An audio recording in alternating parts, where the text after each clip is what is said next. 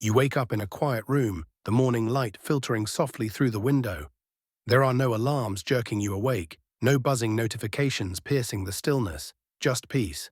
And the fierce realization, you wrote the rules. You sit up, bare feet touching the cool floor, and for a moment you remember the years you spent locked in cages of obligation. The 9 to 5 grind, the meetings that bled into dinner, the endless chase of someone else's dream. What got you here was pain. Pain sharpened your focus. Pain broke your limits. You stare out the window, the world outside hasn't changed. But you have. The chains were never on the calendar, they were on your mind. The journey wasn't a sprint, it was a staggering marathon through doubt and fear. You built something while others slept. Nights when your spirit screamed for rest, you pressed on, fueled by a vision so vivid you could taste it. You remember the first breakthrough, a small win that lit a fire inside. Yet the emotional conflict was relentless. The voice of doubt crept in. What if you fail? What if this is just luck? You learned to turn those doubts into questions that fueled your hunger, not quenched it. There were days the weight almost crushed you, but you found peace in discipline, in the silence of relentless work, not chaos. Curiosity stirs. What if everything you believed about success was wrong? You began to build timeless legacy, not instant, not viral, but permanent. The breakthrough, mastery over your mind, it was brutal self-reflection. You had to face your deepest fears, your darkest regrets, and your unspoken ambitions. You built patience, not waiting, but acting with the wisdom of 1,000 storms weathered quietly.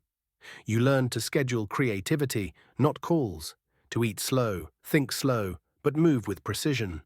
Every moment became a choice, every choice a statement of who you had become.